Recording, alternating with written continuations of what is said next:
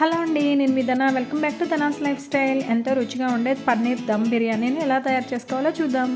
మందపాటి గిన్నెని తీసుకొని 250 గ్రామ్స్ పన్నీర్ని ఇలా ముక్కలుగా కట్ చేసుకొని వేసుకోవాలి. ఇప్పుడు ఇందులో సన్నగా తరిగిన కొత్తిమీర, పుదీనాని, అలాగే వేయించిన ఉల్లిపాయ ముక్కల్ని, అలాగే 1 స్పూన్ అల్లం వెల్లుల్లి పేస్ట్ని, 1 అర స్పూన్ కారము, 1 అర స్పూన్ ధనియాల పొడి, 1/2 స్పూను జీలకర్ర పొడి, 1/2 స్పూన్ గరం మసాలాని, 1/2 స్పూను పసుపుని, రుచికి తగినంత ఉప్పుని వేసుకోవాలి. ఇప్పుడు ఇందులోనే 1 కప్పు ఫ్రెష్గా తోడేసిన పెరుగుని, అలాగే 1 నిమ్మకాయని రసాన్ని పిండుకొని, ఉల్లిపాయలు వేయించిన ఆయిల్ని కూడా ఇందులో వేసుకొని ఇవన్నీ కలిసేలాగా బాగా కలుపుకొని, సన్నగా తరిగిన పచ్చిమిరకాయ ముక్కల్ని, యాలక్కాయలు, లవంగాయలు, దాల్చిన చెక్కని వేసుకొని బాగా కలుపుకొని మూతను పెట్టి 1 గంట పక్కన పెట్టి ఇప్పుడు 70% ఉడికించిన బాస్మతి రైస్ని దీని మీద వేసుకొని వేయించిన ఉల్లిపాయ ముక్కల్ని ఫుడ్ కలర్ని చల్లుకొని ఆ పైన నెయ్యిని వేసుకొని జీడిపప్పులను కూడా వేసి ఫాయిల్ పేపర్తో క్లోజ్ చేసేసి 20 నిమిషాలు దమ్ చేసుకున్నామంటే ఎంతో రుచిగా ఉండే పన్నీర్ దమ్ బిర్యానీ రెడీ.